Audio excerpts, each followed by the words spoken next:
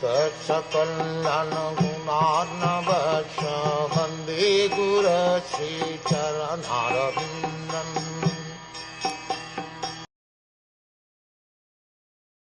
The Lord appeared as the hayagriva incarnation in a sacrifice performed by me, Brahma.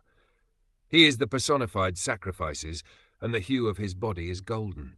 He is the personified Vedas as well, and the supersoul of all demigods. When he breathed, all the sweet sounds of the Vedic hymns came out of his nostrils. The Vedic hymns are generally meant for sacrifices performed by fruitive workers who also want to satisfy the demigods to achieve their fruitive result. But the Lord is the personified sacrifices and personified Vedic hymns. Therefore, one who is directly a devotee of the Lord is a person who has automatically both served the purposes of sacrifices and pleased the demigods.